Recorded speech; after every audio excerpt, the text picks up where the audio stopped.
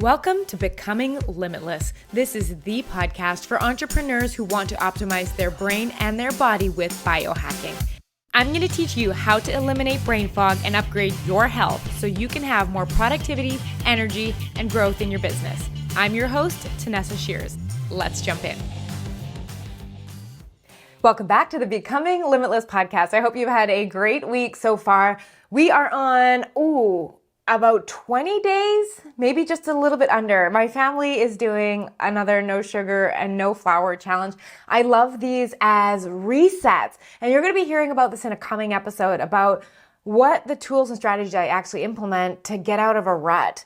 And I was in one of those when we came back from Panama. I mean, I miss the sun. I miss the weather. We were there for 2 months, like really enjoying, feet in the sand, just all of that time and enjoyment and relaxation and lack of rush, right? And having to adjust coming back to North America, to Vancouver, right? And so, like I said, we're in this no sugar, no flour challenge right now. We're past the hard part. We're at the kind of point of the challenge where I'm like, why don't I do this all the time? You ever get that in your life, whether it's in your business or your health? You're like, I feel so good. Why don't I do this more often? Well, that's what's kind of going on right now. I did a whole podcast episode 96 called 30-Day No Sugar, No Flour Challenge, and it outlines all the guidelines of how I do these. And I've done these challenges for myself as like ways of building discipline and sharpening the saw and boosting my health and my energy and helping with brain fog and all of that kind of stuff. And I'm feeling really good. I'm on one of those like feel good rolls right now. Workouts are going good. And so I'm just really enjoying it, which kind of pairs nicely into today's episode, which I think is going to be one that is one of those back pocket episodes, those ones that you come back to over and over again because they're just something you need to hear over and over again. I did an episode way long ago called Consistent Growth.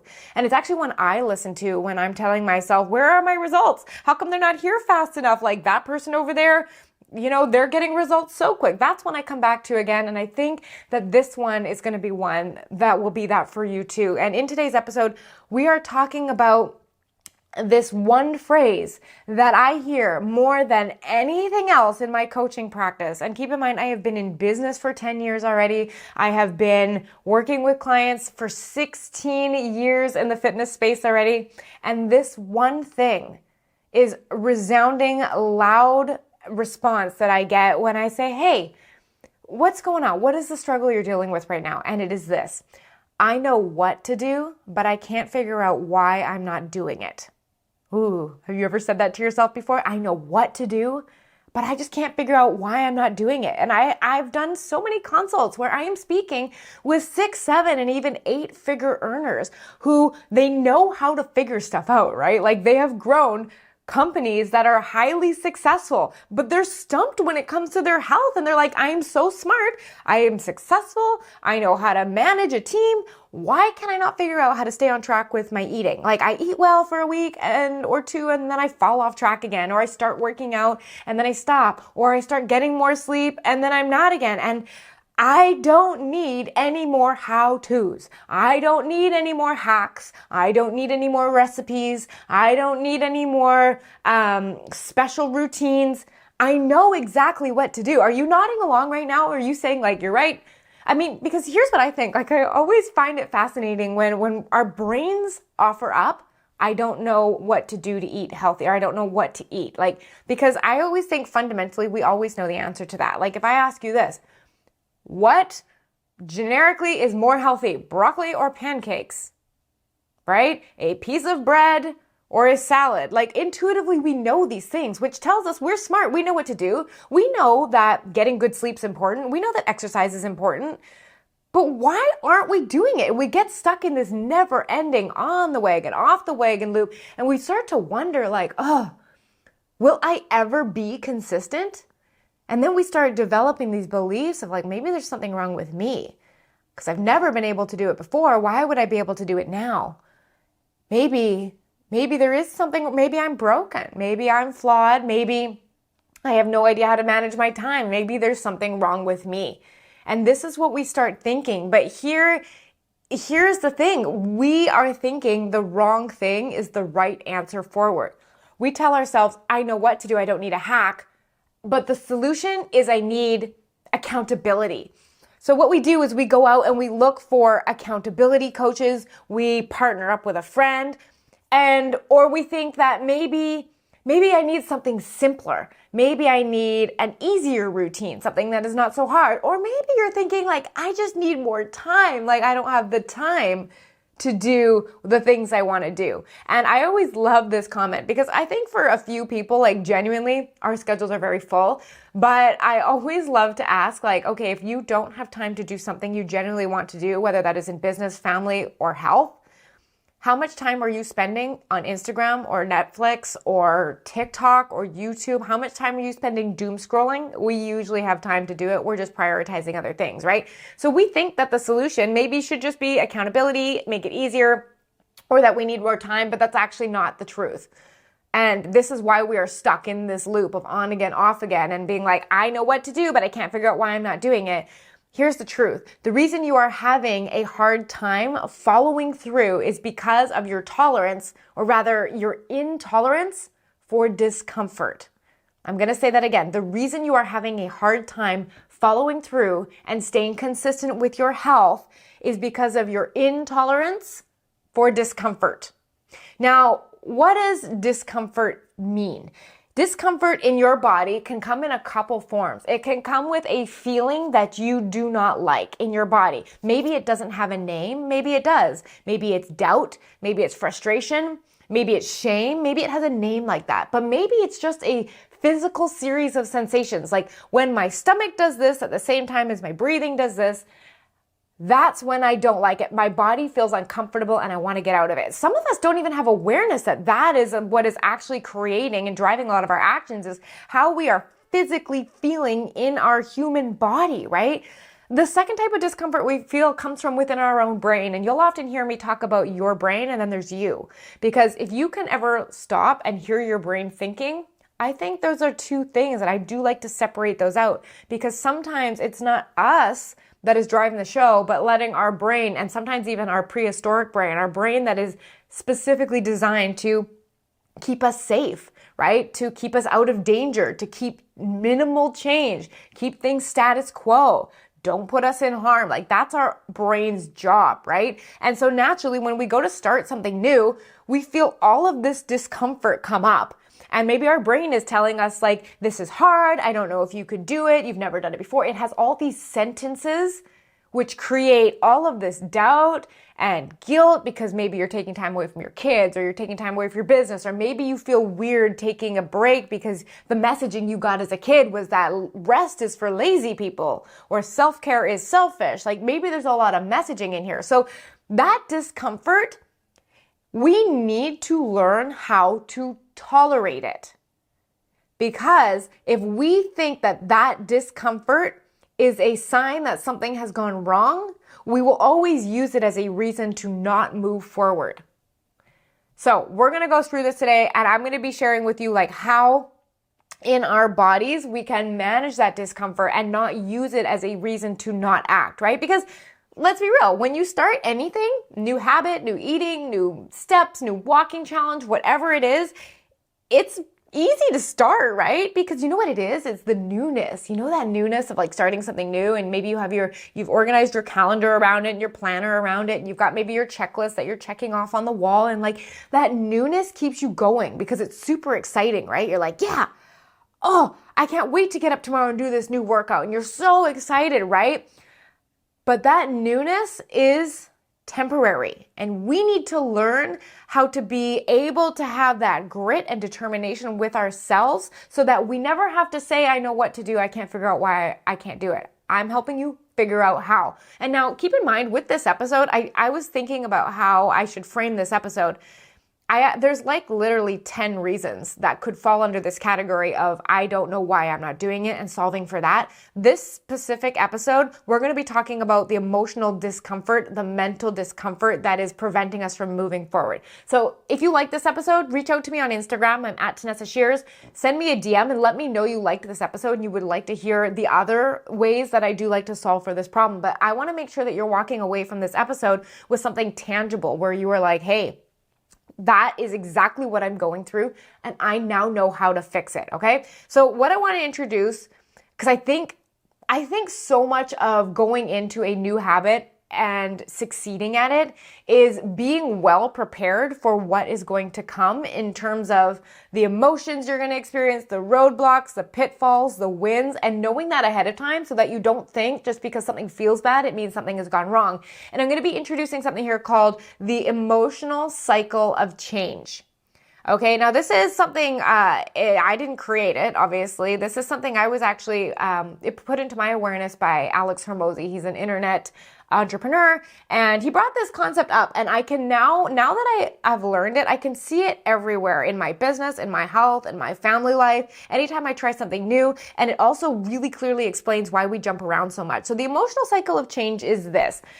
I want you to think when you start, like we were just talking, stage one that you walk into is what is called uninformed optimism of this emotional cycle of change. And uninformed optimism means you have no idea really what is in store for you. All you are seeing is the good things. Now, if you've ever jumped around from program to program or business model to business model, and you look at something new, like you see what your friend is doing, or you see a step challenge, or maybe you heard my 30-day no sugar, no flour challenge at the beginning of this episode. You're like, that's the thing that's going to make the difference because it was working for them, so it's going to work for me. And you are completely optimistic. Everything good, positive, but you are uninformed, right? Because you haven't actually gone into it and begun experiencing the natural roadblocks and the challenges. So stage one is called uninformed optimism. You look at something new, you start something new, it's all good, you haven't really encountered any difficulty yet. And so you're like, cool, this is fun, this feels good, this is how it should feel, I love this, right? So then you keep going and you reach stage two, which is now called informed pessimism. Informed pessimism means you now know of all of the stuff that's not so good, right? You are aware, you are informed of the bad stuff, right? And this is where we start to go, ugh. So maybe let's use this example for this. Maybe let's use the example of going to bed on time. The original step one, that uninformed optimism is like, oh, easy. I'm just going to go to bed at 10 p.m. every night. It's awesome. You know, you wake up the next morning, my Oura ring says I did a great job, right? This is fun. I can go to bed on time. I'm motivated. Step two is when you get into that informed pessimism and you've been going to bed on time for 6 nights, 7 nights. And all of a sudden you're like, but if I'm going to bed at 10 o'clock every night, I used to go to bed at 11:30 or midnight. I don't get any me time now. I actually don't even want to go to bed early. I shouldn't have to. I'm an adult. I shouldn't have to have a bedtime. This is silly. And on top of that, like if I go to bed at this time, now I'm missing out with time with my partner, and we have such little time together, and it is between our work and our kids and all our social obligations. I don't get to see my partner very often, and if I go to bed at 10 o'clock, we don't spend any time together anymore. And on top of that, like, you should have heard about my day. I had this troll on Instagram that was just so mean, and I spun out about it all day. I'm exhausted. I just want time to zone out for me, right? Because now what your brain is doing is it is seeing all of the negatives, the challenges, the hard things that come with anything you do, right? In this case, you're seeing, yeah, something's going to have to give if you go to bed at 10 p.m. If you want that energy and that focus and that clarity, and if you want to have a sleep that you wake up well rested from, it does mean going to bed on time. And there are some sacrifices or some problems you need to solve. You need to find different time to have partner time. You need to be able to find other time to have me time so that you can also feel good in your life, right? So that your me time is not coming at the sacrifice of your sleep. And you just basically end up all instantly aware of all the bad stuff, the negative stuff, and it feels very overwhelming. That's why now it's informed pessimism. You are informed, right? And so you can see there, if you were in a positive start, you can feel the emotions start to dip. The excitement wears off, the newness wears off, challenges pop up, your brain starts saying like, we don't want change. What are you doing here? And it sucks. And that is when you reach stage three. Stage three of the emotional cycle of change is called the valley of despair. And it feels awful. It's how am I going to sustain this? This doesn't feel good. This isn't what I want to have that end result now. Why is it taking so long? This shouldn't be so hard. You feel guilt for missing out with your partner. You feel shame for yourself for not following through with anything again. Maybe you're doubting if you can stick to it. We have these conversations and these feelings and it feels so terrible. But this is where we make the mistake of quitting because we think it's too hard, right? And imagine if you spend all day in fight or flight in your business. Maybe you are dealing with a client issue, or maybe something good happened and you onboarded 2 new clients and there's a lot of the back end work and your schedule got thrown out, right? Or a link broke. Imagine that. Or maybe you had a staff member quit and you're just like, oh no, all this work is going to fall on me. You're spent the day fighting and fighting. You feel fight or flight. It feels terrible. And you get to the end of that day and you're already in informed pessimism. You're so close to that valley of despair and you just want to zone out and you want a mind-numbing escape. You don't want to deal with any of it. Maybe you doom scroll. Maybe you just check your emails even though it's bedtime. Or maybe, this is what I've been guilty of, you just launch into 3 episodes of Love is Blind back to back without fail, right? And so when you're in this state and you're already noticing all the bad things, the bedtime comes, you feel terrible. You tell yourself, I'm not a kid. I don't have to do this. I'm going to escape this discomfort. And while that's not what you're telling yourself you're doing, it is what you're doing. The next choice you have is going to be what starts making the difference in this relationship. You're either going to stay on this cycle or hop off, right? Your brain tells you it's okay. You don't have to go to bed on time tonight. Just stay up and watch Netflix. You are exhausted. You had a hard day. You deserve this. No big deal. You can start again on Monday. Have you ever told yourself that? It's not a big deal. It's fine. It's okay. It's just once. You can start again on Monday. And this is where quitting starts. And I call these little quits, right? We just think, oh, it's not a big deal, right? I kind of like to think of it as if you're driving on the freeway and you see exit signs that say your exit is coming up in 500 meters or whatever that is in miles. And then it's in 200 meters and then in 100 meters. And then the exit is coming. I like to think of these little quits like that, meaning the quit is coming. The quit is coming. It's closer, and you're off the off ramp, right? And you're no longer keeping track anymore. But we need to know that that is what is coming. And by allowing these little quits and these agreements with ourselves that you're right, it doesn't matter. I can wait till Monday. When we start telling ourselves this is where those quits start. And you either end up in this cycle now of just quitting once, makes it easier to quit twice, makes it easier to quit 3 times, and all of a sudden you're off, right? And you're repeating steps 1 to 3 over and over, because then you're like, yeah, I'm going to start again. I feel great. Stage 1, stage 2, oh wait, there's problems. Stage 3, this feels terrible, quit.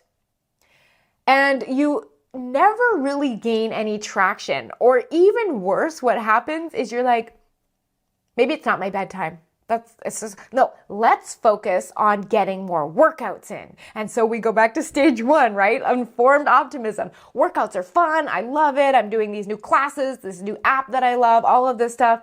Oh, wait, this is hard. I'm sore. I have to get out of bed earlier in the morning. I don't have as much time anymore. What am I going to do with my kids? Informed pessimism, right? And then valley of despair. Oh, this is so hard. Where are my results? I look the same. I haven't lost any weight. Nothing's changing, right?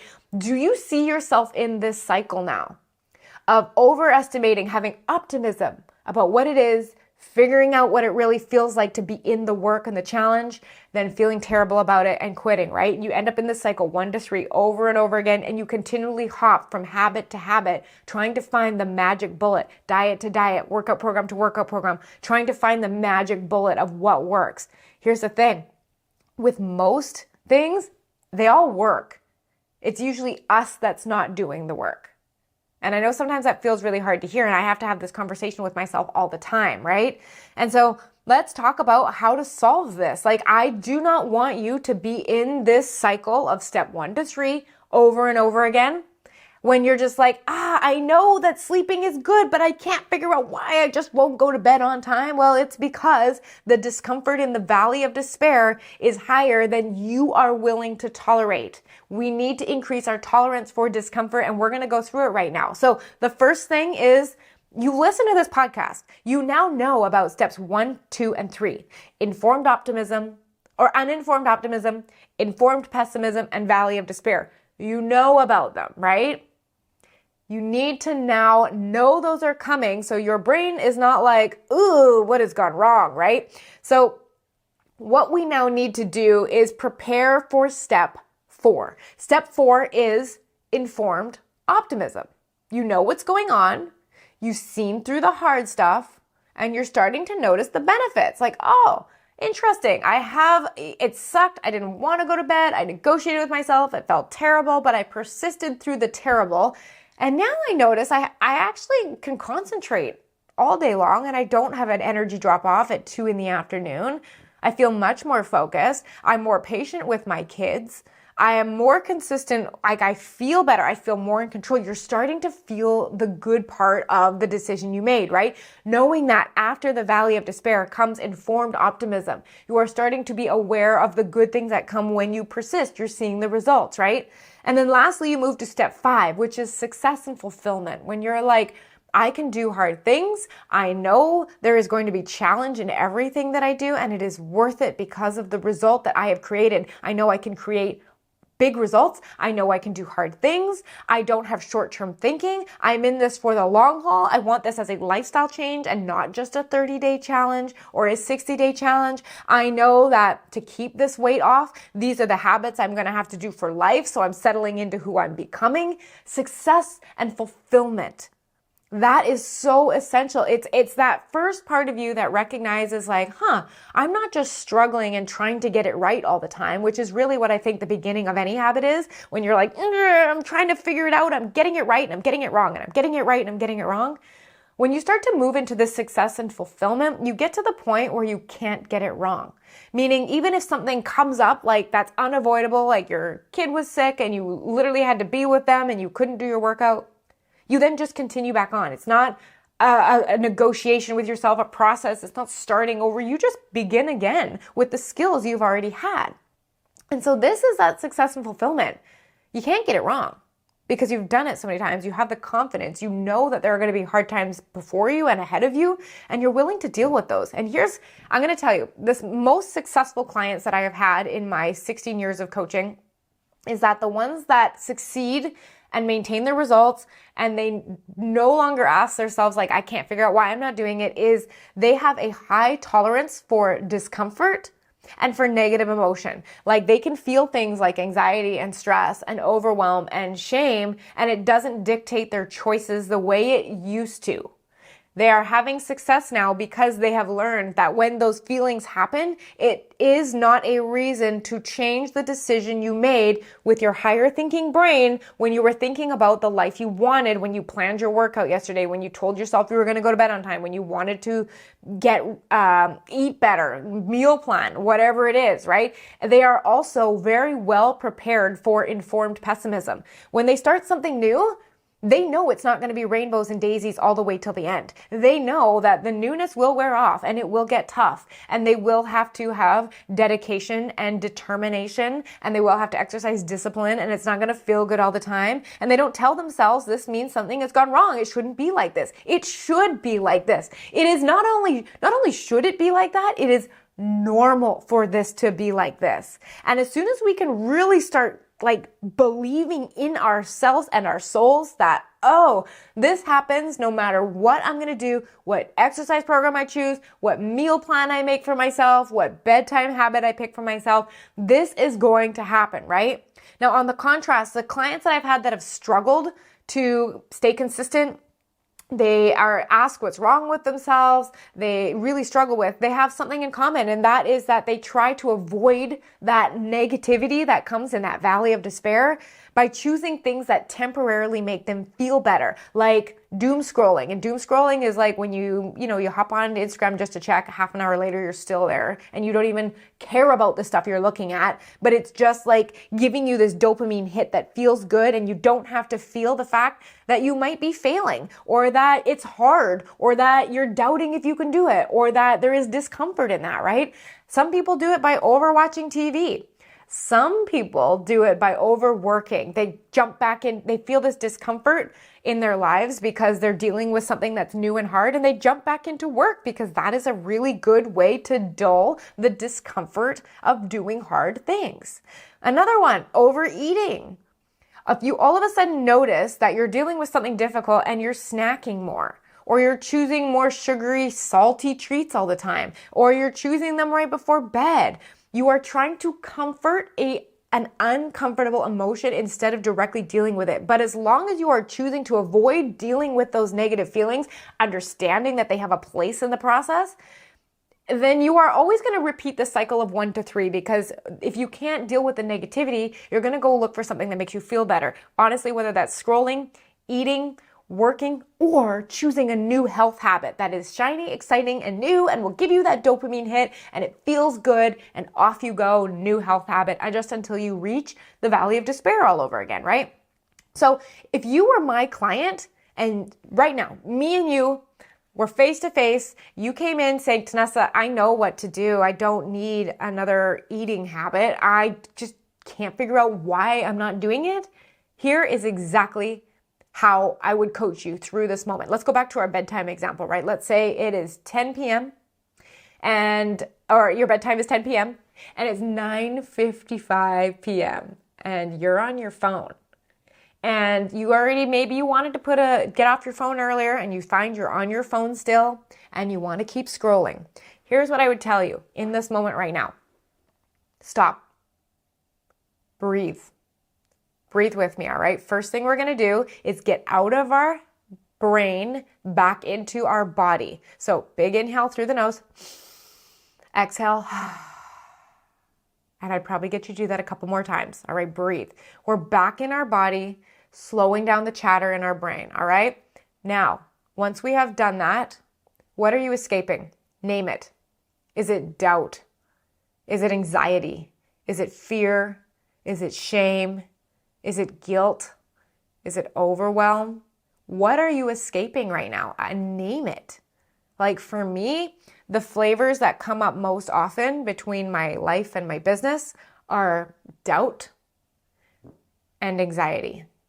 Worry and anxiety and doubt. Those are my flavors. They love to pop up. And when I feel those, sometimes they feel so intense that my brain tells me, you can't handle this, Tanessa. You should probably just go and have a nap instead of follow through on what you're going to follow through.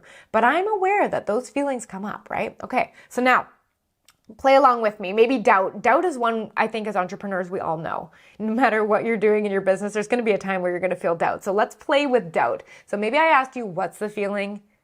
Name it. You told me doubt. I don't know if this is going to work for me. I haven't seen results yet. I want you to feel it. Now, there's an exercise that has helped me with this that I learned from Brooke Castillo, and she has a podcast called The Life Coach School. I love that podcast. But she said, if you are having trouble understanding what it means when I say, how are you feeling? And I'll give you a little bit of a preface, because sometimes I ask clients, like, how are you feeling? And they'll tell me words. And I don't want to know words. I don't want to know sentences about what's going on that's making you feel this way. I want to know what that feeling feels like in your body.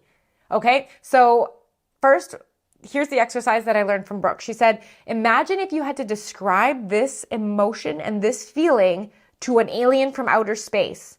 And they wanted to feel that feeling in their body, but you had to do such a good job at explaining it that they could replicate it. So if I'm feeling doubt, I'm just trying to get into my body right now. If I was feeling doubt, I'd probably feel that my shoulders were maybe curled in a little bit. I can feel it right now. I'm trying to create doubt in my body where I don't know if I can do this. I feel a quickening in my breath, and it's short.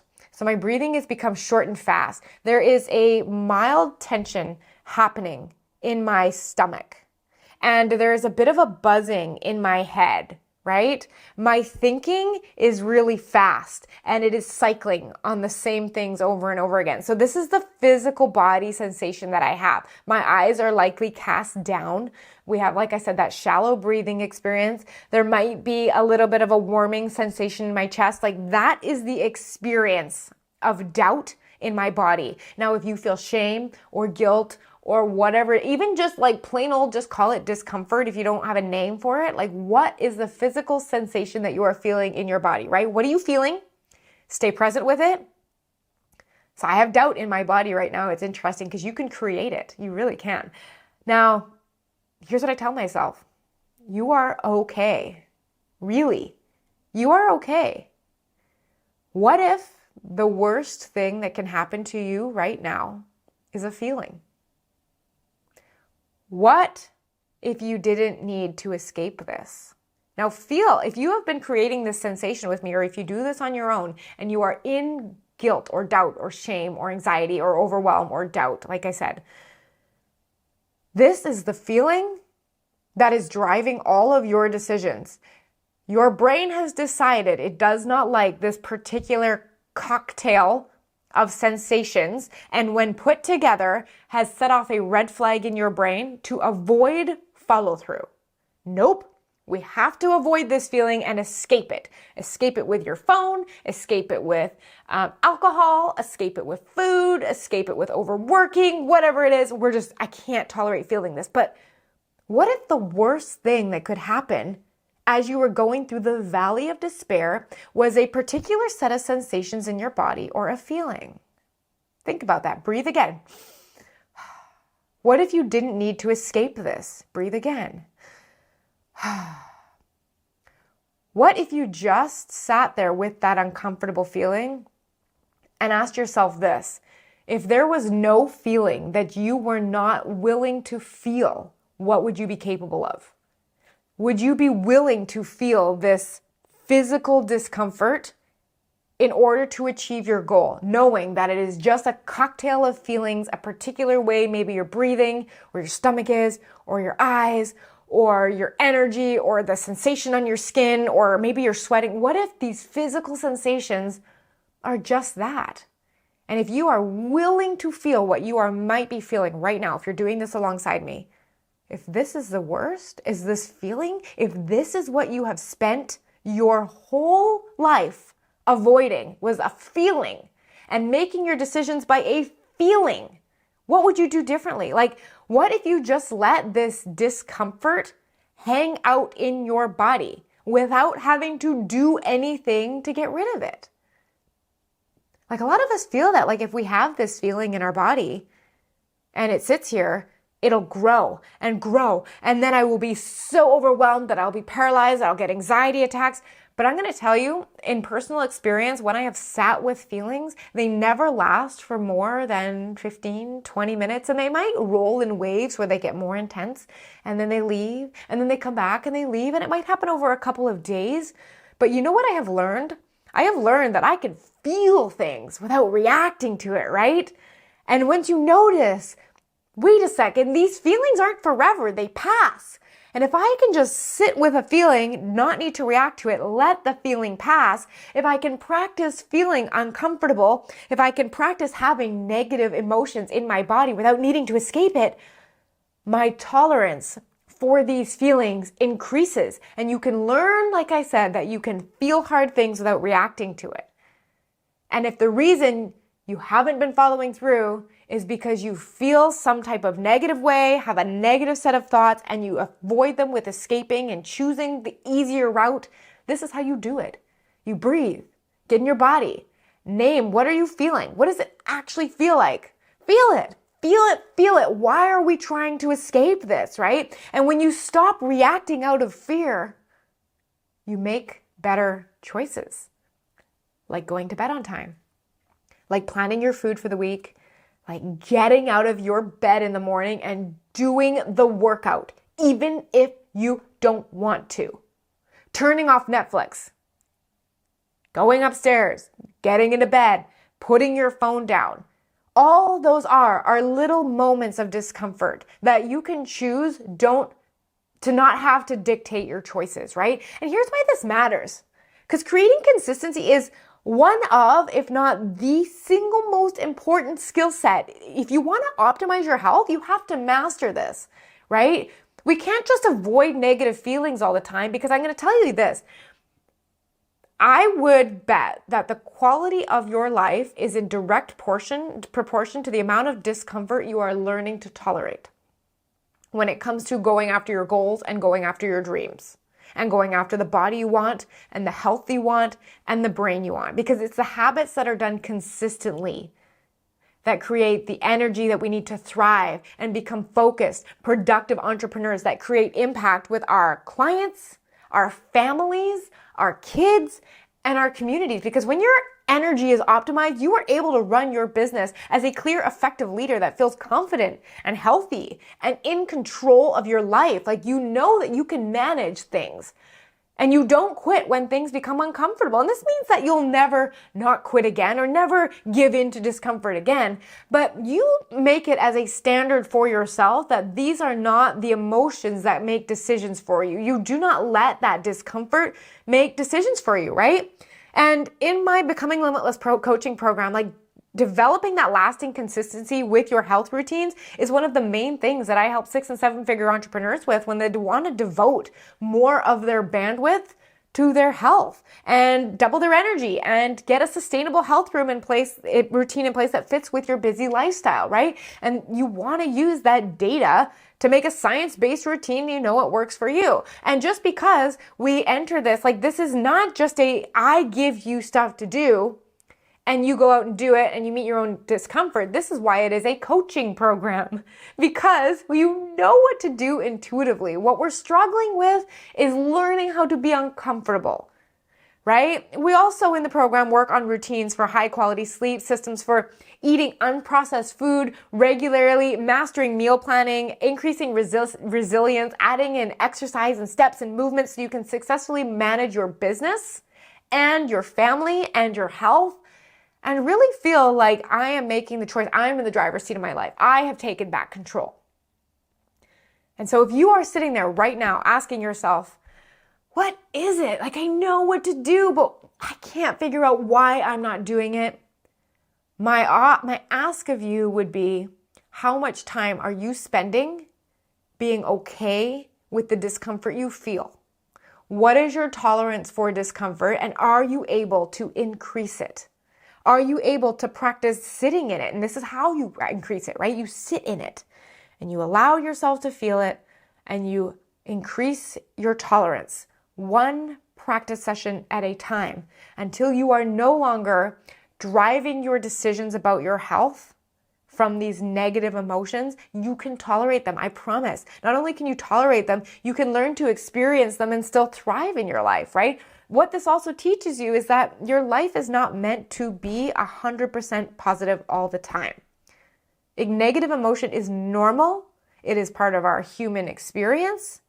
And as soon as we can tell ourselves that, oh, this is just part of the life where I feel negative, and then sometimes I feel positive, and it's all supposed to be like this, it's all normal, then you stop wondering what's wrong with you and why you can't do it. And if you want my personalized help with this, I would love for you to check out my program, Becoming Limitless. It's a coaching program for entrepreneurs who want a data and science-based system to create routines for their health, right? Like, I literally look at the data from your Oura Ring, and I am able to offer you suggestions on how to tweak your routine so you get better sleep, so you wake up more well-rested, more energized. If you love that and think that that would be something that's helpful for you, head to the link in the description. It's TanessaShears.com. You can go to my website. There's a programs page there, a link there where you can find out everything you need to know, links to sign up. And this is what is going to help you really get to that next level, because I love working with entrepreneurs because we are good at dealing with discomfort when it comes to our businesses. I'm the person that's going to help you translate that experience, that skill that you already have onto your health so that you can thrive in both areas, so that you have the energy you need to feel productive, to make money, and also to be the person you want in your life, the parent you want in your life. So I hope that this has been helpful. If it has, I would love for you to leave a review on the podcast and let me know that this is impactful. Share it with a friend. I mean, I guarantee you we all have at least one friend that's struggling with this right now. And if you feel that there is someone that you know needs to hear this, I would be so grateful if you would share this and help expand our community of driven entrepreneurs who want to prioritize their health and their business. Have a beautiful week. I'll talk to you next time. Bye. Want to know more about the Becoming Limitless program? Everything you need to know is linked in the description. You can head to my website at tanessashears.com to learn all about the program, or if you're not ready to work together yet, you can check out my free podcast, Becoming Limitless. It's the go-to podcast for entrepreneurs who want to optimize their brain and their body with biohacking.